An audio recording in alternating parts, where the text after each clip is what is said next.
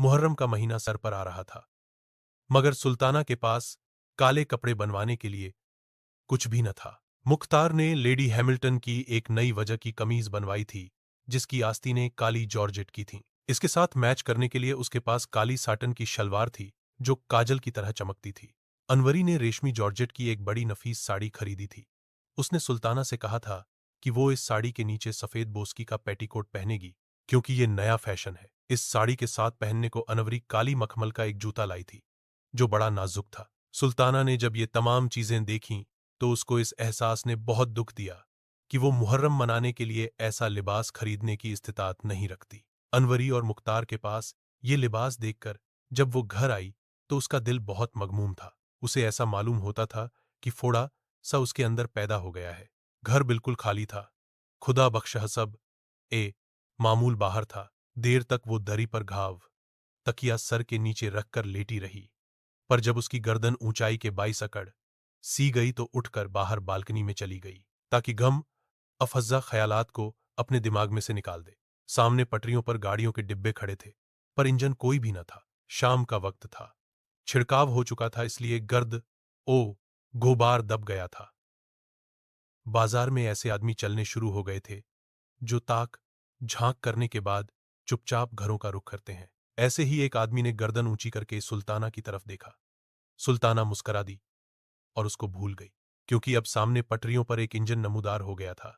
सुल्ताना ने गौर से उसकी तरफ देखना शुरू किया, और आहिस्ता आहिस्ता ये ख्याल उसके दिमाग में आया कि इंजन ने भी काला लिबास पहन रखा है। ये अजीब ओ गरीब ख्याल दिमाग से निकालने की खातिर जब उसने सड़क की जानिब देखा, तो उसे वही आदमी बैलगाड़ी के पास खड़ा नजर आया, जिसने उसकी तरफ ललचाई नजरों से देखा था।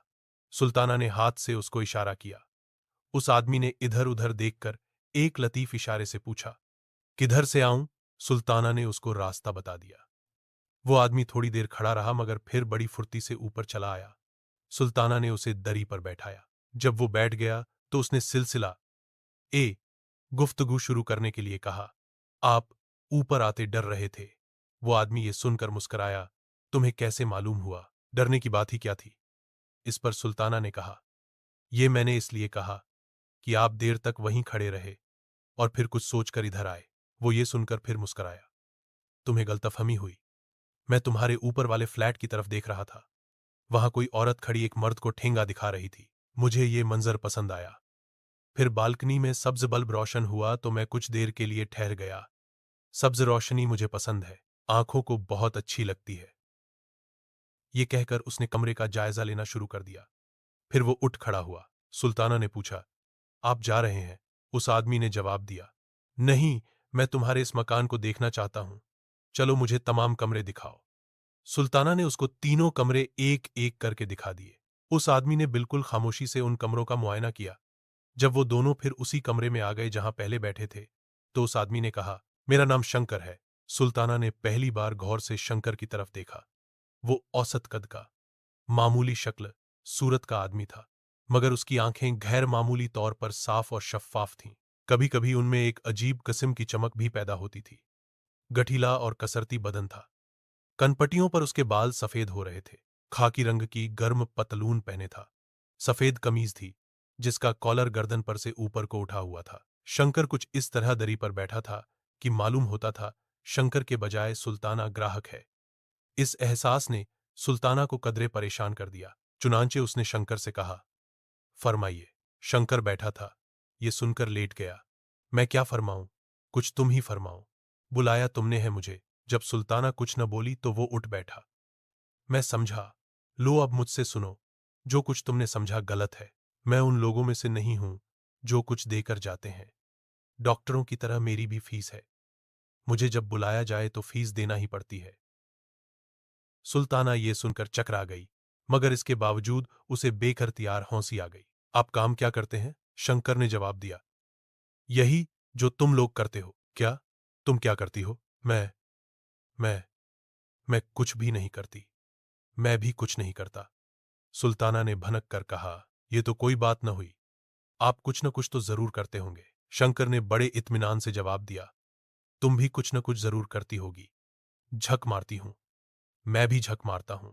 तो आओ दोनों झक मारे। मैं हाजिर हूं मगर झक मारने के लिए दाम में कभी नहीं दिया करता। होश की दवा करो। ये लंगर खाना नहीं, और मैं भी वॉलंटियर नहीं हूं। सुल्ताना यहां रुक गई। उसने पूछा, ये वॉलंटियर कौन होते हैं? शंकर ने जवाब दिया, उल्लू के पट्टे।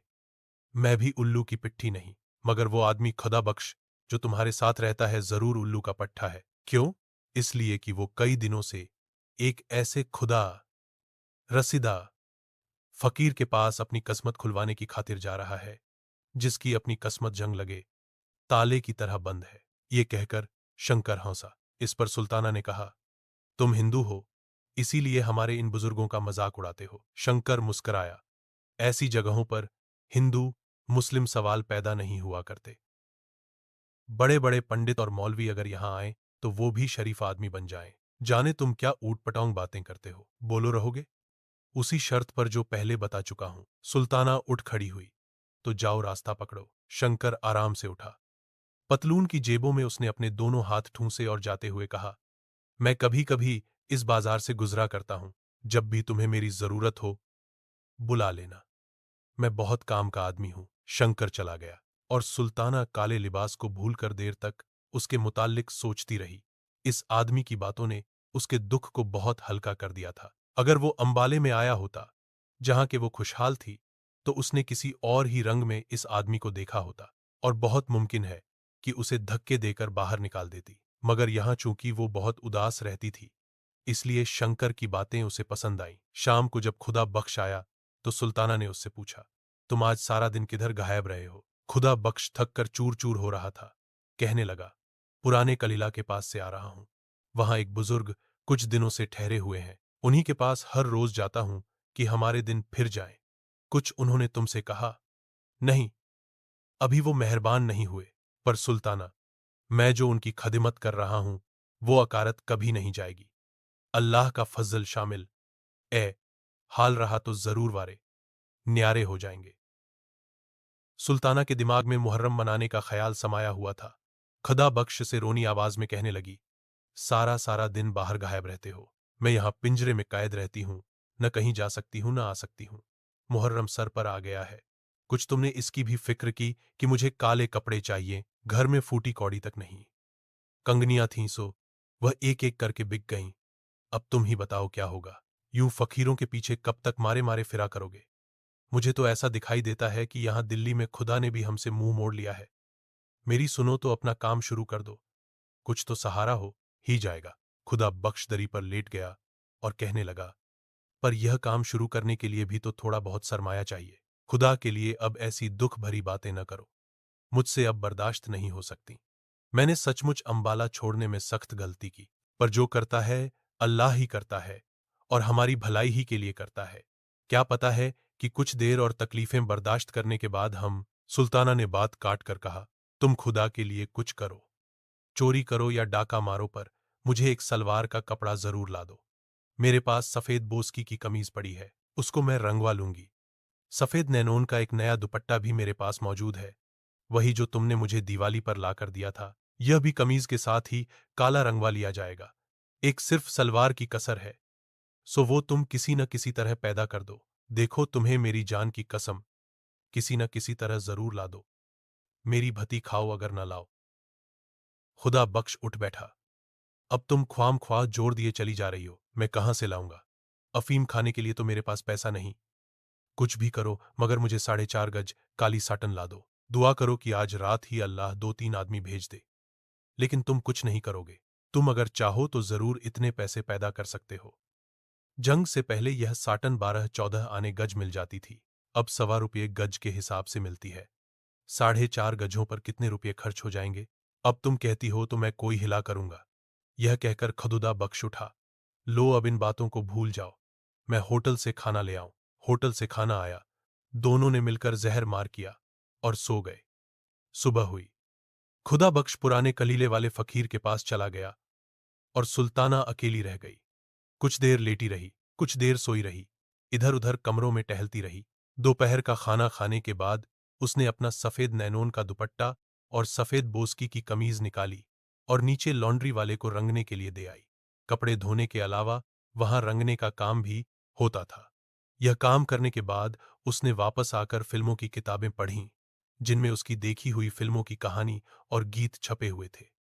यह किताबें पढ़ते पढ़ते वह सो गई। जब उठी तो 4 बज चुके थे, क्योंकि धूप आंगन में से मोरी के पास पहुंच चुकी थी।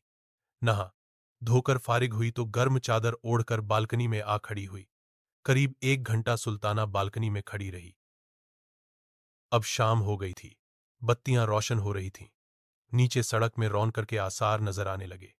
सर्दी में थोड़ी सी शिद्दत हो गई थी, मगर सुल्ताना को यह नागवार मालूम न हुई। वह सड़क पर आते जाते तांगों और मोटरों की तरफ एक अरसे से देख रही थी। दफतन उसे शंकर नजर आया। मकान के नीचे पहुंचकर उसने गर्दन ऊंची की और सुल्ताना की तरफ देखकर मुस्कुरा दिया।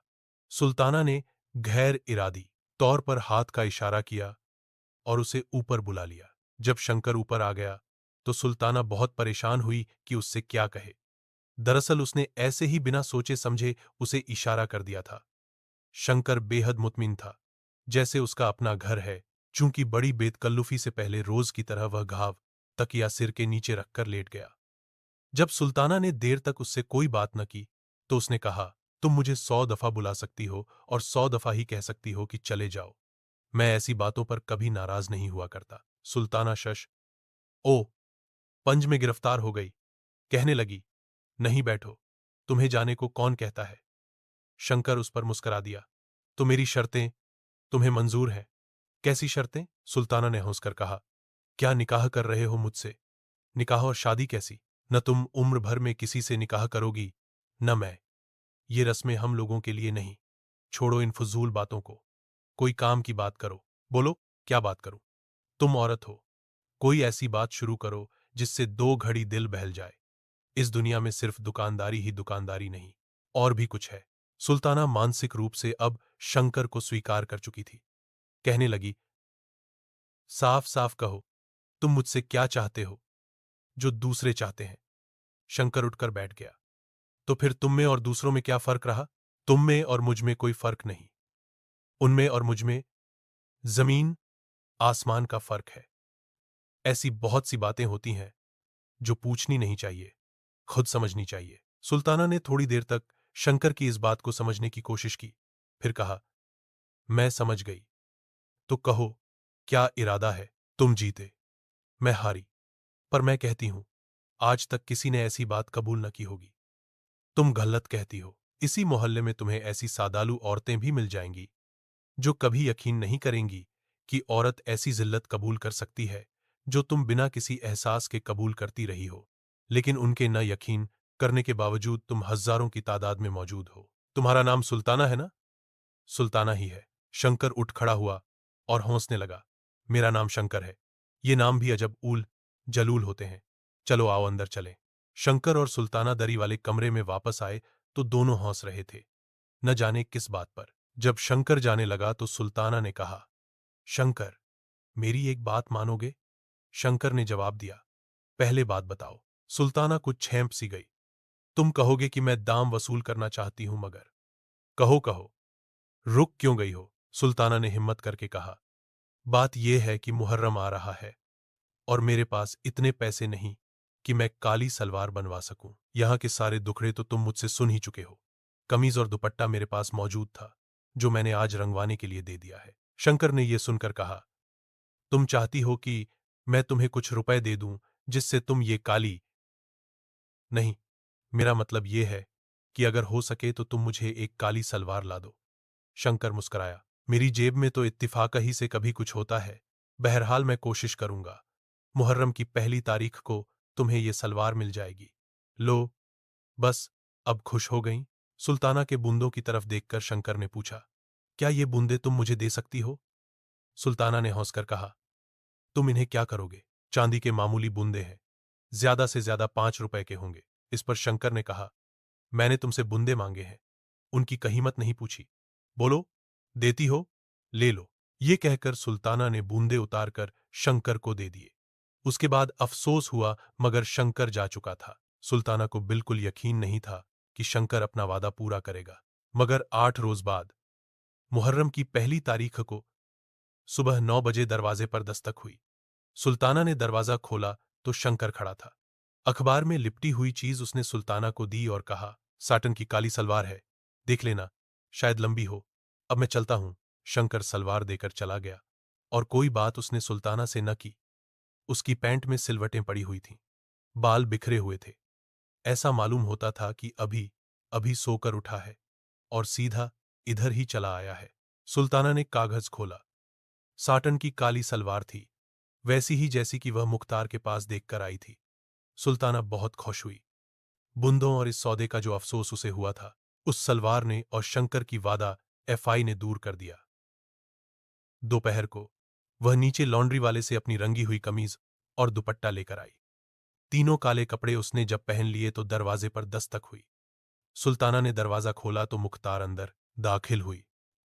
उसने सुल्ताना के तीनों कपड़ों की तरफ देखा और कहा, कमीज और दुपट्टा तो रंगा हुआ मालूम होता है, पर यह सलवार नई है, कब बनवाई? सुल्ताना ने जवाब दिया, आज ही दर्जी लाया है। ये कहते हुए उसकी नजरें मुख्तार के कानों पर पड़ीं। ये बूंदे तुमने कहां से लिए? मुख्तार ने जवाब दिया, आज ही मंगवाए हैं। उसके बाद दोनों को थोड़ी देर तक खामोश रहना पड़ा।